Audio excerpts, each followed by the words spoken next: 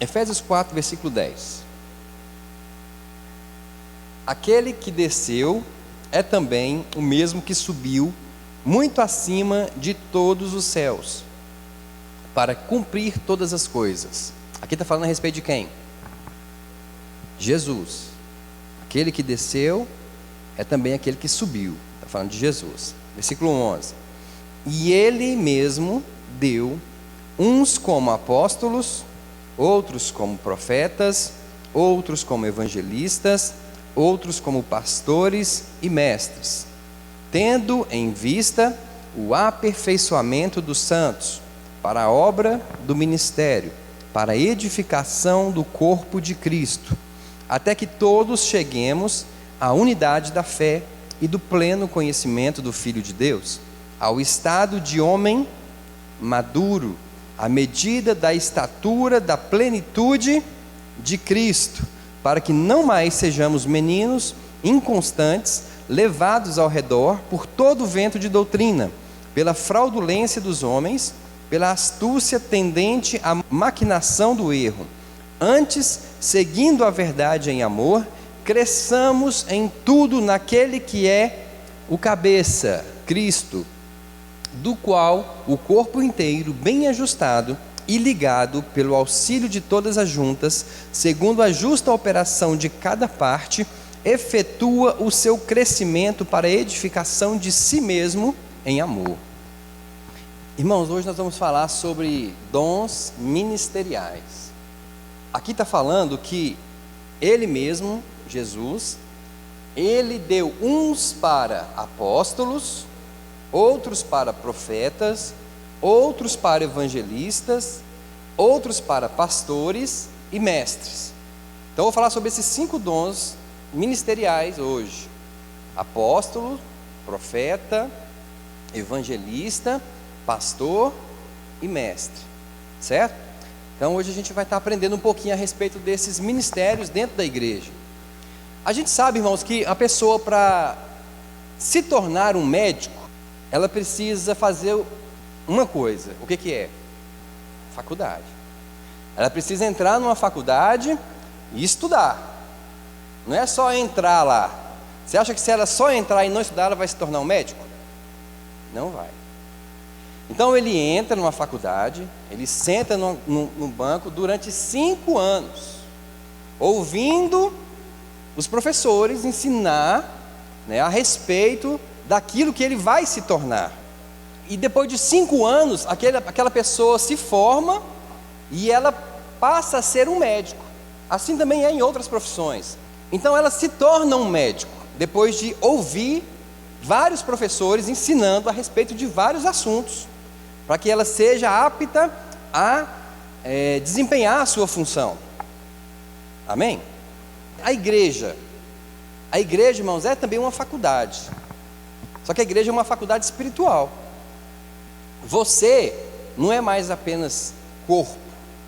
Você agora é um ser espiritual. Só que você, para poder ter as habilidades de uma pessoa espiritual, você precisa aprender como andar no Espírito. Você precisa vir à igreja, se expor aos ensinamentos, ouvir, aprender, para depois de um tempo você se tornar uma pessoa espiritual. Ninguém, ao aceitar Jesus, já está apto ou pronto espiritualmente. Muito pelo contrário, ele nasce ali naquele momento espiritualmente. Mas ao nascer espiritualmente, ele tem que aprender a andar espiritualmente. Então, por isso que esse versículo aqui em Efésios capítulo 4, versículo 11, fala assim que Ele mesmo, Jesus, deu uns. Ele fala uns, Ele não fala todos. Ou seja, esses dons ministeriais que Jesus deu, Ele deu porque Ele tinha isso. Ninguém dá o que não tem. Jesus, irmãos, Ele foi o único homem que operou nos 5 dons ministeriais. Jesus foi apóstolo, Jesus foi profeta, Jesus foi evangelista, Jesus foi pastor e Jesus foi mestre. Ele foi o único que conseguiu desempenhar essas 5 funções. Por isso que é Ele que deu esses dons à igreja, a alguns da igreja. Ele não deu a todos. Ou seja, você ser um apóstolo, ser um profeta, ser um evangelista, um pastor ou um mestre, muitas vezes não é o seu chamado. Esse chamado, ele fala que vem de Cristo. É Cristo quem chama. Esse chamado vem do alto. Não vem de eu sentar numa faculdade de teologia e estudar e me formar pastor. Está entendendo? E isso acontece hoje? As pessoas vão para a faculdade de teologia, se formam lá e acham que são pastores. Mas não é assim que funciona a vida espiritual. O reino de Deus, irmãos, é diferente do reino desse mundo. O chamado de Deus na vida de uma pessoa, ele vai primeiro no coração da pessoa. A pessoa sente aquela vocação no seu coração de um chamado de Deus. Mas isso não quer dizer que ela está pronta para o chamado. Estar pronto para o chamado, irmãos, é uma coisa. Ter o chamado é outra. E muitas vezes a gente acha que se colocar uma pessoa para fazer um curso de teologia e ela se formar, ela está pronta para o ministério. Então fala que Jesus deu uns para apóstolos, outros para profetas, outros para evangelistas, outros para pastores, outros para mestres. Esses 5 dons são os dons ministeriais que Jesus deu a algumas pessoas na igreja, não são a todas as pessoas. Pastor, então quer dizer que algumas pessoas não têm dons? Será que algumas pessoas não têm chamado? Não, não estou falando isso. Entenda, existem os dons do Espírito, que são 9. Esses dons do Espírito são dados por quem? Pelo Espírito. Se são dados pelo Espírito, é porque o Espírito tem esses dons. E a gente vai ver lá os dons que o Espírito tem, né? Mas eu não vou falar sobre os dons do Espírito hoje. Esses 9 dons do Espírito. Hoje eu quero falar sobre os dons ministeriais que foram Cristo que deu. Não foi o Espírito que deu, foi Cristo. E tem também os dons dados por Deus. Então existem os dons dados pelo Espírito, os dons dados por Jesus e os dons dados por Deus. Mas também não vou falar sobre os dons dados por Deus hoje. Se não me engano está lá em 1 Coríntios capítulo 12 ou 14. Mas hoje eu quero falar especialmente sobre esses 5 dons ministeriais dados por Cristo. Então você, irmãos, quando aceita Jesus e você entra para uma igreja, você recebe uma vida espiritual, você precisa ser ensinado. Para você se tornar uma pessoa madura espiritualmente, você precisa ser ensinado. E aqui no versículo 12 de Efésios capítulo 4, fala assim, que esses dons que Jesus deu para algumas pessoas têm uma finalidade. Qual é a finalidade? Olha só, tendo em vista o aperfeiçoamento dos santos. Quem são os santos? Quem são os santos? Quem são os santos? Parece que está tendo uma dúvida aí. Os santos que a Bíblia fala, somos nós, a igreja. Somos separados. Não é o Santo Agostinho, o Santo Antônio. Não são esses. Não é uma imagem que falam que é santo. Esses santos somos nós. Então esses 5 ministérios são dados para aperfeiçoamento dos santos. Amém? Alguém aqui é perfeito? Mas precisa ser aperfeiçoado.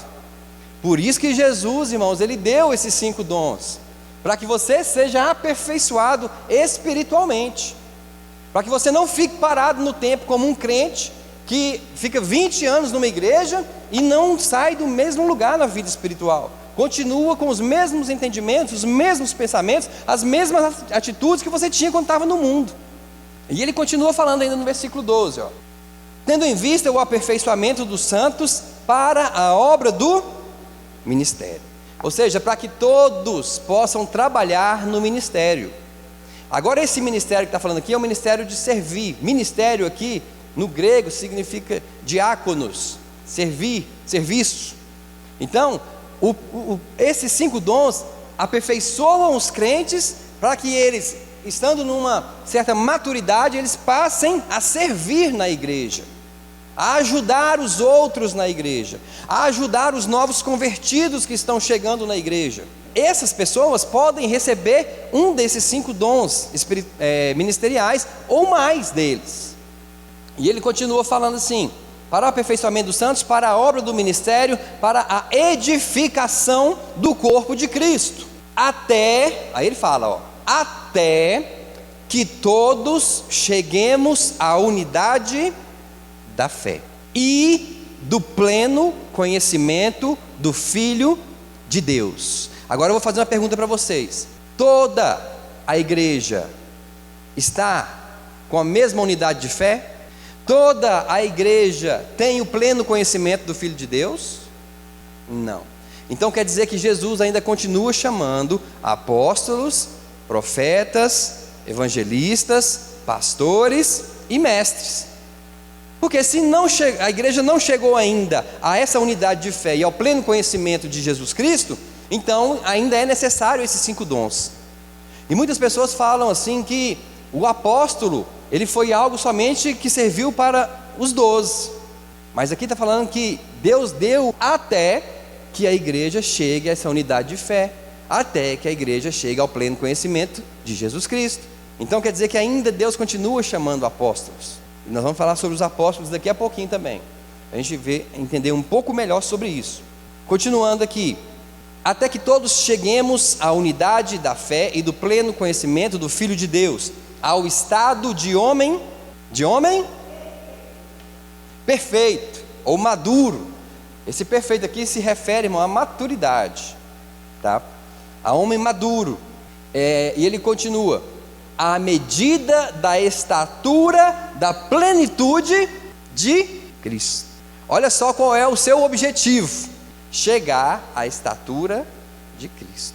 Será que algum de nós vai conseguir? Não tem ninguém como Cristo, irmãos, né? Não tem. Só quando a gente for para a glória, lá nós seremos iguais a Ele. Mas aqui ninguém chegou a essa estatura da plenitude de Cristo. Você pode chegar o mais próximo possível, mas chegar igual a Ele você não vai chegar. Continuando, para que não mais sejamos meninos, versículo 14, inconstantes, levados ao redor por todo o vento de doutrina, pela fraudulência dos homens, pela astúcia tendente à maquinação do erro. Antes, seguindo a verdade em amor, cresçamos em tudo naquele que é a cabeça, Cristo. Cresçamos em tudo. Deus não quer que você cresça só em uma área da sua vida. Deus não quer que a igreja cresça só em uma área. Deus quer que você cresça em todas as áreas da sua vida. Essa é a vontade dele, que você cresça em todas as áreas. Deus quer que a igreja cresça em todas as áreas. A igreja precisa ter esses 5 dons ministeriais atuando sobre ela, para que ela seja edificada e para que ela cresça.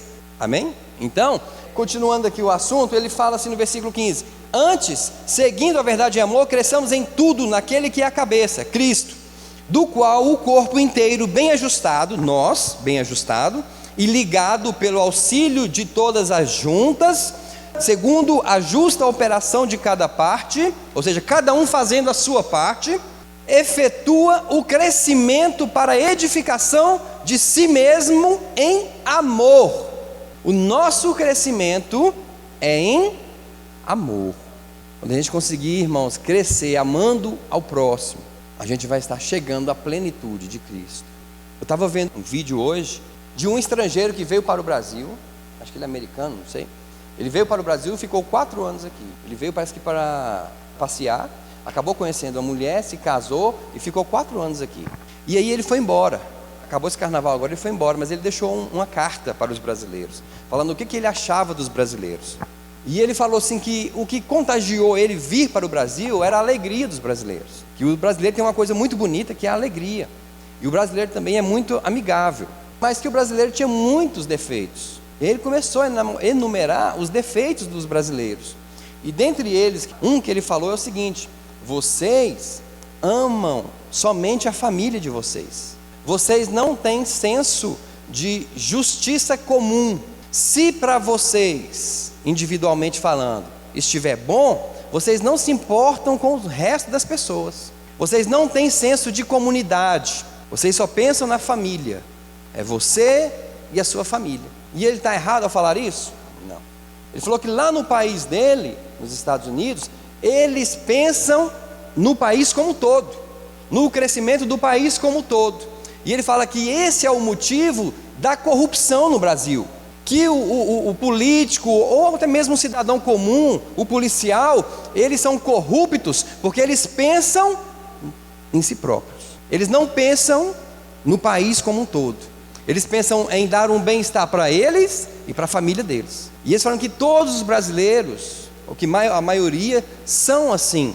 E ele deu um exemplo lá, ele fala assim: se você estiver num carro com um amigo seu, e esse amigo seu passar perto de um carro e bater no retrovisor do outro carro, quebrar o retrovisor, e ele foi embora e fugir, aí no outro dia você chega no seu trabalho, e você descobre que o dono daquele carro que quebrou o retrovisor é um amigo seu de trabalho, um colega de trabalho. Você fala para o seu colega de trabalho que quem quebrou foi o seu amigo, ou você fica calado? Ele fez essa pergunta: você fala ou você fica calado? Está vendo como nós também somos egoístas, que a gente não pensa num bem comum? Ele falou assim: no meu país, a gente faz o nosso amigo procurar aquela pessoa e pagar o que ela deve. No país de vocês, vocês encobertam o erro do seu amigo. E ele não está mentindo, irmãos. Se a gente faz isso com um amigo, você imagina com um familiar, com o filho, com a esposa, com o marido.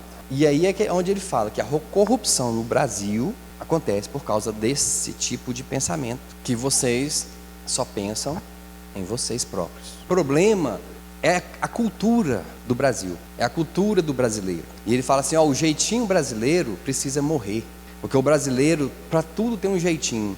Ele deixa ir até estourar, para depois ele dar um jeitinho de consertar. Não é verdade?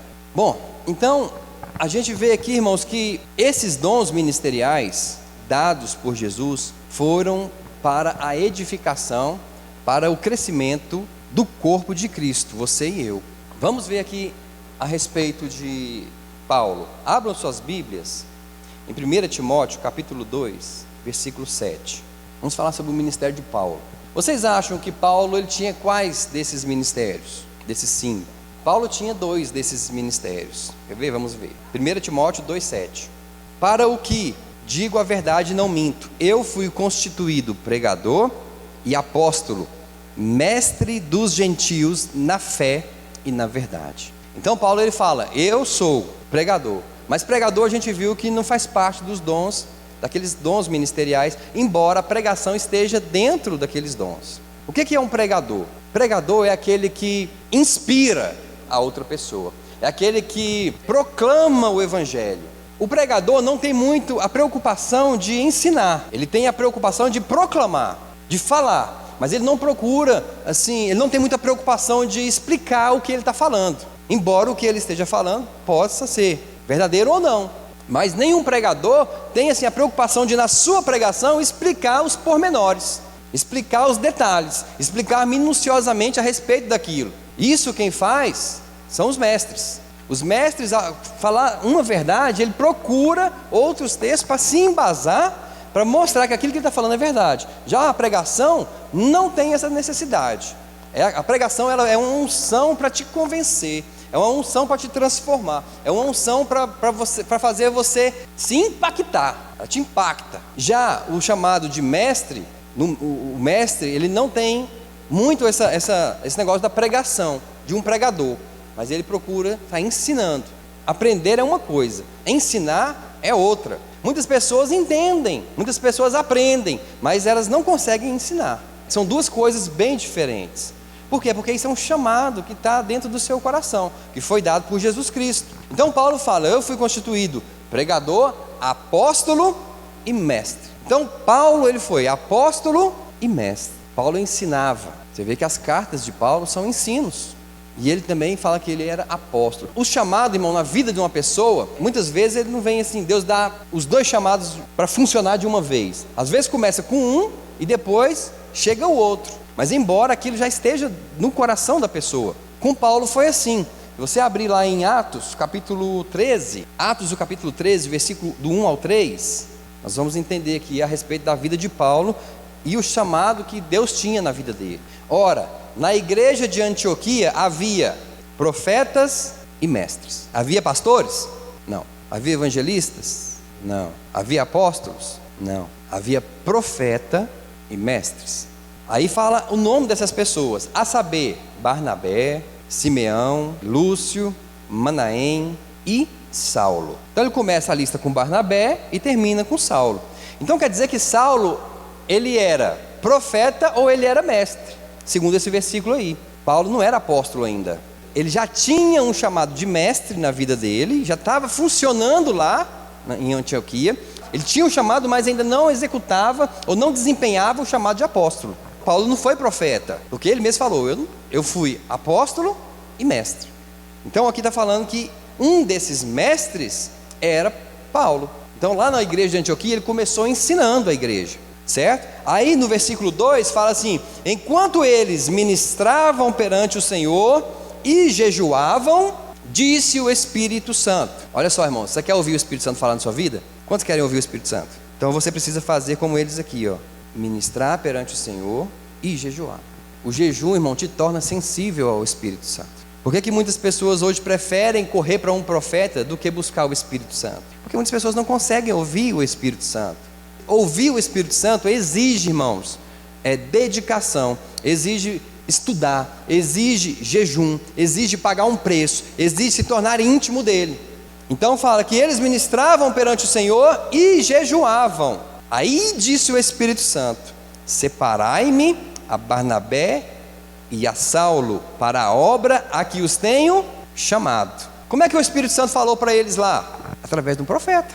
Lá não tinha profetas? Então o Espírito Santo usou um daqueles profetas e falou, ó: separem para mim Paulo e Barnabé para a obra que eu os tenho chamado.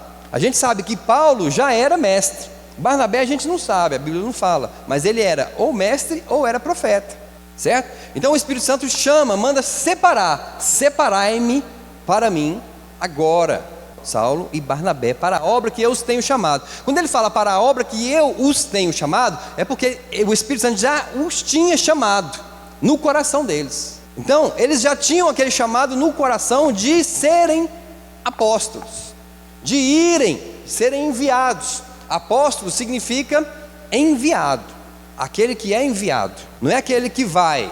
Eu posso ir e pregar o Evangelho, como Jesus falou: ide e pregai o Evangelho. Posso ou não posso? Mas nem por isso eu sou um apóstolo, porque um apóstolo é aquele que é enviado pelo próprio Espírito Santo. Aí as pessoas falam assim: não, mas Paulo foi separado apóstolo porque ele teve um encontro com Jesus, assim como os 12 discípulos tiveram. Poderia ser uma justificativa cabível. Mas e Barnabé? Barnabé não teve encontro com Jesus como Paulo teve, de ser arrebatado até os céus, de ter ouvido coisas inefáveis de Jesus. Barnabé não teve isso, porém foi separado como apóstolo. Vocês estão entendendo? Quem chama para o apóstolo é o Espírito Santo. Só que hoje muitas pessoas se auto-intitulam apóstolos sem serem. Vamos dar um exemplo: o pastor Gilmar. Vamos supor que o pastor Gilmar tenha 50 igrejas abertas a partir dessa. Aí ele fala: não, agora eu sou apóstolo. Ele se auto-intitula apóstolo. Está certo isso? Não. Porque as pessoas entendem o seguinte: que o apóstolo está acima do pastor. E não é. Não é. Todos esses chamados, irmãos, são equivalentes. Todos são chamados, dados por Jesus. Todos eles são equivalentes. O apóstolo tem uma função. Vou dar um exemplo sobre as mãos aqui, os nossos dedos. O dedo polegar, ele é o apóstolo, ele simboliza o ministério apostólico. Por quê? Porque ele consegue tocar no profeta, no evangelista, no pastor e no mestre. Então o apóstolo, ele pode ser qualquer um desses outros. Ele pode ser tanto apóstolo como apóstolo e pastor, como apóstolo e evangelista, apóstolo e profeta, apóstolo e mestre. O dedo indicador simboliza o profeta, porque é aquele que aponta. E uma igreja precisa ter um profeta, irmãos. Alguém que vai trazer a correção para a igreja. Alguém que ouve a voz de Deus e traz aquele ensinamento, aquela exortação, para fim de edificação. E muitas vezes para consolação também. O dedo maior é o evangelista, porque ele tem um alcance maior. O evangelista, ele não fica em uma igreja local, ele está sempre viajando, indo para uma cidade, indo para outra, indo para uma cidade, indo para outra. Então ele tem um alcance maior, evangelizando. Depois, o dedo anelar é pastor, porque ele simboliza a aliança, ele é casado com a igreja, ele cuida da igreja. E o dedo mindinho é o mestre. Por que o dedo mindinho é o mestre? Porque é o menor? Não. É porque o mestre, ele consegue entrar em assuntos que os outros não conseguem. Dedo que consegue entrar em pequenos buracos. Ele coloca no seu nariz aí para você ver. Agora tenta colocar o dedo polegar no nariz, né? Então o mestre, ele consegue com mais facilidade entrar em áreas que os outros dedos não conseguem. Então todos esses dons, irmãos, são importantes na igreja. Todos esses dons têm que funcionar na igreja. Amém? Então nós estamos falando sobre Paulo. Paulo, ele tinha 2 desses. Versículo 3 de Atos 13. Então, depois que jejuaram, oraram e lhes impuseram as mãos, os despediram. Impor as mãos, irmãos, é uma doutrina bíblica. Orar, impondo as mãos, é uma doutrina bíblica. Para unção. Eles liberavam a unção na vida da pessoa para o ministério. Por isso que o pastor Gilmar aqui, quando ele separou os diáconos, no começo do ano, impôs as mãos sobre eles, ungindo, capacitando eles para aquele ministério. E aí, depois de receberem a imposição de mãos, eles começam a desempenhar a obra, o ministério, para que eles tenham chamado. Irmãos, nem todo mundo que tem um chamado está pronto para o ministério. Existe um tempo entre você ser chamado e você começar a trabalhar. Talvez você tenha um chamado no seu coração aí. Por exemplo, aqui na nossa igreja nós temos algumas pessoas que já estão desempenhando. Mas a gente tem outras pessoas que já têm o chamado no coração, a gente consegue perceber. Por exemplo, o Jacinto. O Jacinto tem um coração de pastor. A gente reconhece, consegue ver isso nele. O chamado está lá, mas ele já está pastoreando? Ainda não. Ele já foi consagrado? Ainda não. Porque exige um tempo de amadurecimento, onde o Espírito Santo vai trabalhando na vida dele, e aquele chamado, irmãos, vai transformando a identidade dele. E ele vai começando a se ver como pastor. Ele vai começando a entender o chamado pastoral. O Espírito Santo vai trabalhando na vida dele. Ele vai começando a aprender, crescer na graça de Deus, na palavra de Deus, até o dia em que o Espírito Santo vai confirmar no coração do pastor Gilmar, e o pastor Gilmar vai separar ele, impor as mãos sobre ele, para que ele seja um pastor. É assim que funciona o nascimento de um ministério na igreja. Entendeu? Nasce no coração da pessoa e é confirmado no coração do pastor.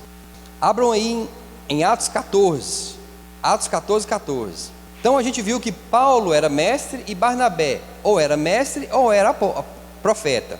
Aqui em Atos 14, 14, a gente já vai ver que os dois já são apóstolos.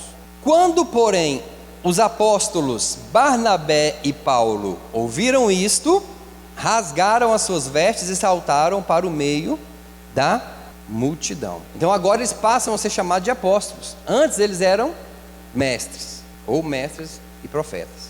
Mas agora já passam a ser chamados de apóstolos. Por isso que Paulo falou: eu sou apóstolo e mestre. Entenderam?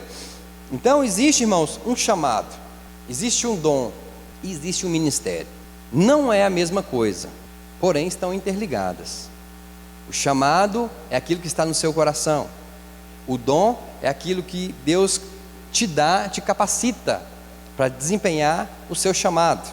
E o ministério é o próprio desempenho do seu chamado. É você trabalhando agora na obra. Entenderam a diferença entre chamado, dom e ministério? O dom, irmãos, é como se fosse uma unção. É uma unção. Você já viu quando a pessoa começa, por exemplo, a pregar, e aí você fala assim: tem unção aí não. É porque a pessoa não foi chamada para aquilo. A área que ela foi chamada por Deus, ela tem unção, ela tem a capacitação. Vamos ver um versículo aqui que vocês vão entender melhor isso aqui, ó. Lucas 19, 47 e 48. Lucas 19, 47 e 48. Acharam? E todos os dias ensinava no templo. Quem que ensinava? Jesus. Jesus era mestre. Mas os principais sacerdotes, os escribas e os principais do povo procuravam matá-lo, mas não achavam meio de fazer, porque todo o povo ficava enlevado ao ouvi-lo. Essa palavra enlevado significa que o povo ficava vidrado, fixado ao ouvir Jesus. E olha que Jesus, ele não estava pregando, ele estava ensinando. Então quando ele ensinava, havia uma unção que fazia o povo ficar vidrado nele. O povo ficava assim, paralisado. Isso é a unção que faz. A unção é que faz as pessoas estarem atentas ao que a pessoa está falando e receberem aquilo que está saindo daquela pessoa. Isso é a unção de Deus sobre a vida de alguém que tem um chamado naquela área. Agora, quando você não tem o chamado, irmãos, você não tem o dom para aquilo. Quando você não tem o chamado, você não tem o dom para aquilo. O seu chamado, Deus vai te dar o dom para aquilo. Por isso que a gente vê muitas pessoas na igreja desempenhando os ministérios errados. Pessoas que você vê claramente, mas pessoas que você vê claramente que elas não foram chamadas para aquilo e estão tentando fazer aquilo na força. E o negócio não flui, não vai. Porque as pessoas hoje querem títulos. Abram aí agora em 1 Coríntios 4, versículo 1. Diz assim: que os homens, Paulo falando, que os homens nos considerem, pois, como ministros de Cristo e despenseiros dos ministérios de Deus. Olha só, é preciso que os homens considerem os ministros como ministros de Cristo. O que isso quer dizer, irmãos? Que as pessoas lá fora precisam olhar para os ministros de Cristo e falar: aquele ali é um ministro de Cristo, aquele ali é um profeta de Deus, aquele ali é um pastor de verdade, aquele ali é um evangelista de fogo mesmo. As pessoas, o mundo precisa ver isso em nós. A gente não pode deixar ser motivo de escândalo para o mundo. Então por isso que é importante a gente primeiro entender o nosso chamado, depois viver o nosso chamado e ser aquilo que Deus nos chamou para ser. Então você e eu, a gente quando tem um chamado, a gente tem que tomar todo o cuidado do mundo, irmãos, para não ser motivo de tropeço na vida de outras pessoas. E muitas vezes a gente acaba sendo, se a gente não vigiar, se a gente não guardar, né? Se a gente não tiver uma vida de intimidade com Deus, a gente vai acabar sendo tropeço para outras pessoas. Aí as pessoas vão começar a apontar: aquele ali é o pastor daquela igreja, aquele ali é o profeta lá daquela igreja, aquele ali é o dito apóstolo, olha lá o que ele está fazendo. O apóstolo tem não sei quantas fazendas. Para que fazenda, irmão? Para que um apóstolo precisa de 7, 10 fazendas? Para que isso, irmãos? Nossa vida não está nessa terra. A igreja tem que se ajudar um ao outro. A igreja não é lugar de pastor enriquecer. Jesus falou que eu dou a vida pelas ovelhas. A igreja é lugar do pastor dar a vida pelas ovelhas. A Bíblia fala assim que Deus deu pastores à igreja. Não é que Deus deu a igreja para o pastor. Deus deu pastores à igreja. Igual o pastor Gilmar falou, a igreja não é do pastor, a igreja é de Cristo. O pastor existe por causa da igreja e não a igreja por causa do pastor. Então a gente começa a ver muitos escândalos aí, porque muitas pessoas se acham donas da igreja. Se o membro quiser sair de uma igreja e ir para outra, vai debaixo de maldição. Se você for, eu te amaldiçoo. Mas a igreja é de Cristo. Se o Espírito Santo, irmão, tocar no seu coração que você tem que ir para outra igreja, você tem que ir, mas você tem que ir guiado pelo Espírito Santo. Você não pode sair da sua igreja porque teve um problema com um membro. Eu tive um problema lá com o fulano de tal, eu vou sair daquela igreja. Eu tive um problema com a fulana de tal, eu vou sair da igreja. Você está saindo debaixo da direção do Espírito Santo? Não, você mesmo está em rebeldia com Deus. Então o pastor, foi dado para tomar conta da igreja. E se o membro, irmão, quiser sair, vai sair. Se o membro está sendo guiado pelo Espírito Santo para sair, e o pastor fala: não, você não vai, você vai ficar aqui, o pastor está errado. Por isso que pastor, irmãos, ele tem que entender muitas vezes, porque tem muitos membros, o pastor tem que ser uma pessoa muito sábia, porque tem muitos membros que você percebe que ele está saindo porque está magoado, e aí o pastor tem que trabalhar na vida dele para ele não sair. Agora vamos falar um pouquinho sobre profetas. 1 Coríntios 14, do 29 até o 32. E falem os profetas, 2 ou 3, e outros julguem. Primeira coisa aqui, irmãos, se Paulo está falando que tem que julgar o que o profeta está falando, é porque nem sempre o que o profeta está falando é de Deus. Concordam? Vou repetir. Se Paulo fala para que julguem o que o profeta está falando, é porque nem sempre o que o profeta está falando provém de Deus. Então como é que eu vou saber, pastor, se o que o profeta está falando é de Deus ou não? Quando você aprende a palavra de Deus. Deus, irmãos, Ele nunca vai falar contra a palavra dEle. Amém? Então você precisa entender a palavra de Deus e saber se aquilo que Ele está falando está alinhado com a palavra de Deus. Se não estiver alinhado com a palavra de Deus, cai fora. Aí continua falando: mas se a outro que estiver sentado for revelado alguma coisa, cale-se o primeiro, porque todos podereis profetizar, cada um por sua vez, para que todos aprendam e todos sejam consolados, pois os espíritos dos profetas estão sujeitos aos profetas. Paulo está falando que é contrário a vários profetas profetizarem ao mesmo tempo, porque vira bagunça. No próximo versículo ele está falando assim, porque Deus não é Deus de confusão. Na igreja pode profetizar? Pode. Um de cada vez. E ainda assim, a profecia tem que ser julgada. Por quem? Por você. Agora em 1 Tessalonicenses 5:20, continuando a respeito desse assunto.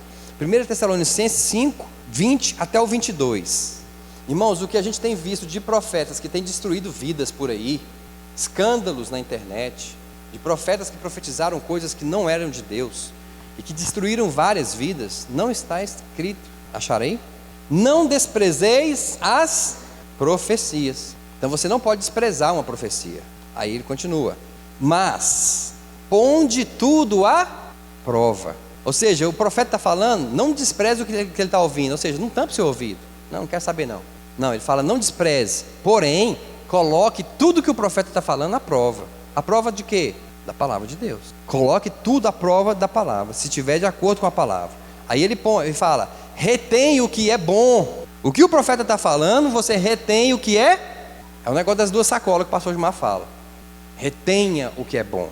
E ele fala, abstende-vos de toda espécie de mal.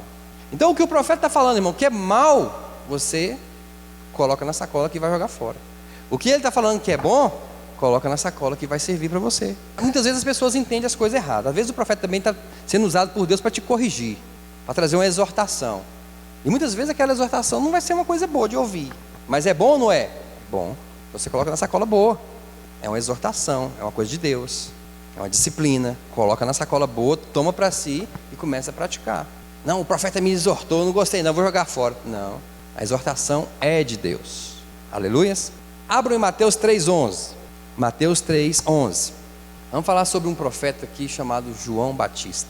Esse era profeta mesmo, irmãos. Esse tinha dó não. Esse não tinha papo na língua. Falava a verdade, doa quem doer. Mateus 3:11. Eu, na verdade, vos batizo em água, na base do arrependimento. Mas aquele que vem após mim é mais poderoso do que... Olha o que ele está falando. Eu estou batizando com água, mas vai vir um que é mais poderoso do que eu. Então ele era poderoso? Era. Vai vir um que é mais poderoso do que eu, que nem sou digno de levar-lhe as alparcas. Ele vos batizará no Espírito Santo e em fogo. Irmãos, então João Batista era um homem poderoso, concordam? Mas Jesus era mais. É o que ele está falando. Eu sou poderoso, mas tem um que é mais. Agora, irmãos, vamos ver que tipo de poder é esse que ele tinha. Abram em João 10, 41 e 42. Muitos foram ter com ele e diziam, João, na verdade, não fez sinal. Mas como é que ele falou que ele era poderoso? Não fez nenhum sinalzinho, não fez nada dica de nada, não curou um enfermo, não falava língua estranha, não tinha um sinalzinho sequer, nada. Aí ele fala, mas tudo quanto disse deste homem era verdadeiro, e muitos ali creram nele. Então João, irmãos, ele era poderoso no falar. Olha só para vocês verem em João capítulo 1, versículo 19. João era aquele, irmãos, que tinha poder nas palavras, que quando ele falava, algo acontecia. João 1, 19 até o 23, fala assim, e este foi o testemunho de João, quando os judeus lhe enviaram de Jerusalém sacerdotes e levitas, para que lhe perguntassem, quem és tu? Olha só, os judeus mandaram pessoas perguntarem, quem é você? Sabe por que eles mandaram perguntar, irmão? Porque eles tinham visto alguém levar as pessoas para o rio e mergulhar a pessoa no rio. Aquilo ali era uma doutrina nova, não existia aquilo. Aqui João estava chamando as pessoas e batizando, e aquilo era contra o judaísmo, contrário. Então eles não estavam entendendo, mas o cara está chamando ali, mandando as pessoas se arrepender e mergulhando elas no rio, o que é isso? Aí eles mandaram perguntar quem era ele. Quem é você? Aí eles falam, versículo 20, ele pois confessou e não negou. Sim, confessou, eu não sou Cristo. Então João falou, vou te falar, eu não sou Cristo. Depois, ao que lhe perguntaram, pois que, és tu Elias? Respondeu ele, não sou Elias. És tu o profeta? Aqui não está pensando, és um profeta, está falando, é o profeta? Ele respondeu, não, também não sou o profeta. Disseram-lhe, pois, quem és? para podermos dar resposta aos que nos enviaram: que dizes de ti mesmo? Ou seja, quem você fala que você é? E ele respondeu: eu sou a voz. Eu sou a voz do que clama no deserto: endireitai o caminho do Senhor, como disse o profeta Isaías. Então João, ele era poderoso para falar. Ele falava para as pessoas endireitarem as suas vidas e prepararem para a vinda de Jesus. Então João era poderoso, mas tem um que ainda é mais poderoso do que eu. Por isso, irmãos, que Jesus, quando ele ensinava a palavra de Deus, as pessoas ficavam vidradas nele. Eram multidões de pessoas ouvindo Jesus em ensinamentos. Pessoas ficavam no deserto, debaixo de sol quente, irmão, com fome, 3 dias, ouvindo Jesus ensinar. A multiplicação dos pães e peixes, irmãos, já tinham 3 dias que o povo estava no deserto com Jesus, ouvindo Jesus ensinar. As pessoas ficavam maravilhadas dos ensinamentos dele, maravilhadas com as coisas que ele falava, porque havia muita unção nas palavras, no ensino de Jesus. Irmãos, o ensino na vida do crente é algo primordial. O ensino é algo primordial na vida de um apóstolo. O ensino é algo primordial na vida do profeta. O ensino é algo primordial na vida do evangelista. O ensino é algo primordial na vida do pastor. O ensino é algo primordial na vida do mestre.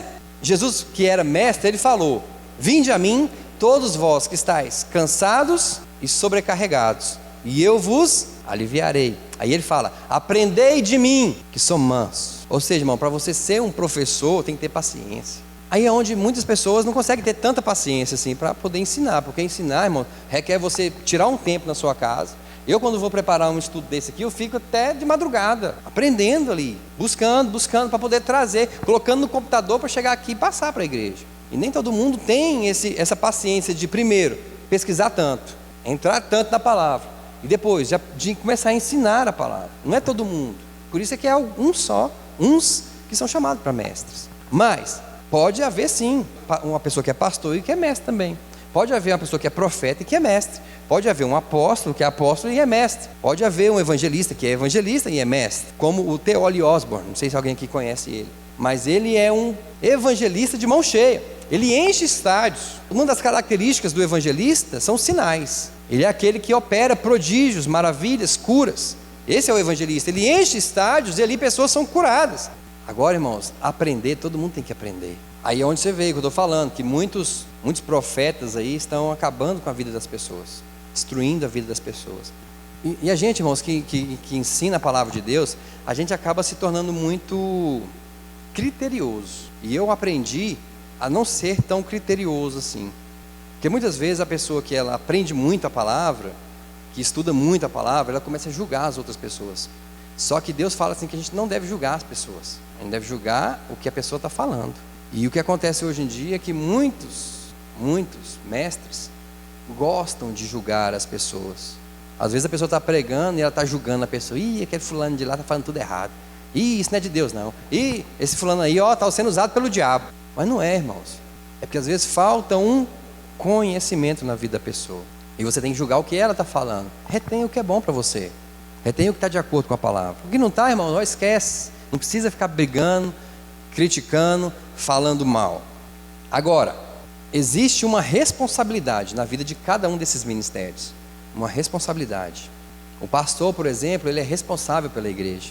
O pastor, se ele quiser tirar o mestre do ensino, ele pode tirar. Se ele achar que o mestre está falando coisas erradas, ele tem toda a autoridade dada por Deus para tirar aquele mestre de frente do trabalho. O pastor pode chegar em um profeta e falar para ele: olha, eu não quero que você profetize mais a respeito disso. Ou de chegar no profeta e corrigi-lo. Falar: você falou isso em uma profecia, e isso não é assim, de acordo com a Bíblia, isso é assim, assim, assim, assado. O pastor, irmãos, o governo da igreja é dado para o pastor. O governo da igreja não é dado para o profeta. E tem profeta que acha que ele é o dono da igreja, que o que ele falar tem que ser, e não é. O governo da igreja é dado para o pastor. Amém. Vamos ficar em pé, irmãos? Nosso horário já estourou. Aleluias. Então hoje foi mais um ensino mesmo, assim, da palavra. É algo que traz uma edificação para a gente, como igreja, como corpo de Cristo, né? Traz um entendimento e a gente passa a ver as coisas agora com uma outra ótica, a respeito desses ministérios que Deus tem para a igreja. Talvez Deus tenha para algum de vocês isso, não sei. Deus é que sabe e vocês é que sabem se isso está crescendo no coração de vocês ou não. Mas um dia, né, o Senhor vai testemunhar, vai confirmar isso no coração do pastor, que é o governante da igreja, para que você seja separado para determinada obra, assim como foi Paulo e Barnabé. Então que você possa abrir o seu coração, irmãos, para o Espírito Santo, para Deus, para que Ele possa te usar naquilo que Ele tem te chamado. Que você não retenha aquilo que Deus tem para você. Que você não impeça o agir de Deus na sua vida, mas que você possa abrir cada vez mais o seu coração. Você só vai saber, irmão, se você tem um chamado para determinada área, se você se dispor para fazer aquilo. Então se disponha, se você tem um chamado para determinada área, se disponha para fazer isso. Se coloque na posição. O pastor vai saber o momento certo de colocar você no ministério. A Bíblia fala assim: a ninguém imponhais a mão precipitadamente. Então muitas vezes a gente, como pastor, a gente pode impor as mãos precipitadamente sobre uma pessoa e ela vir antes do tempo para o ministério. Mas espere, o pastor tem que esperar o tempo certo para que Deus confirme no coração dele. E quando Deus confirmar no coração do pastor, está confirmado, irmãos. Aí você vai começar a crescer no ministério. Só que Deus, Ele começa aos poucos. Ninguém começa com Deus já com um ministério grande. Primeiro Ele fala: se você for fiel no pouco, eu vou te colocar no muito. Nenhum evangelista, irmão, começa pregando para uma multidão de pessoas. O evangelista começa pregando para pouquíssimas pessoas. E aí Deus vai acrescentando na vida dele. Nenhum pastor começa a pastorear uma igreja com muitas pessoas. Muitas vezes o pastor começa pastoreando poucas pessoas, mas Deus vai acrescentando na vida dele, conforme a fidelidade dele. Amém? Nenhum profeta vai ser buscado ou reconhecido por muitas pessoas quando começa. Vai ser por poucas pessoas também. Mas se você permanecer fiel naquilo que o Senhor te chamou, Ele vai acrescentar na sua vida. Amém? Às vezes Deus tem um chamado para uma pessoa, por exemplo, só de mestre. Mas aí as pessoas começam a ver que a pessoa está crescendo naquele ministério de mestre. Fala: não, o pastor tem que te consagrar pastor. Tem que ser pastor. Não é, entendeu? Então às vezes a pessoa, Deus chamou para mestre, ele vai ser mestre a vida toda. Um profeta vai ser profeta a vida toda. Não precisa pegar e consagrar para pastor. Porque o chamado de Deus na vida daquela pessoa é para ser profeta. Amém? A gente acha que a pessoa, porque está desempenhando um papel bem na igreja, ou, por exemplo, um diácono, está desempenhando um papel bem feito de diácono na igreja, e a gente acha que também ele tem que ser pastor. E não, às vezes Deus quer que ele seja diácono a vida toda. Então é por isso que tem que ter a confirmação no coração. Aquele homem ali, ó, do pastor Gilmar. É o pastor Gilmar que vai receber de Deus. E não é você e nem eu, a igreja, falar: aquele ali está desempenhando bem, vai ser pastor. Ou você vai ser pastor, hein? Nós não temos esse papel. Isso não cabe a nós, cabe ao pastor Gilmar. Amém? Pai, nós te louvamos, nós te agradecemos nessa noite. Que a tua palavra, Deus, esteja nos nossos corações a cada dia. Que nós possamos a cada dia, Pai, permanecer fiéis ao Senhor. Fiéis no pouco. Porque nós cremos, ó Pai, que o Senhor tem uma recompensa para cada um de nós. Sim, Deus, que possamos nos humilhar, sermos humildes, Pai, e cada vez mais buscar a Tua presença, buscar o Teu ensinamento, buscar a Tua palavra, em nome do Teu Filho Jesus, em nome de Jesus. Amém.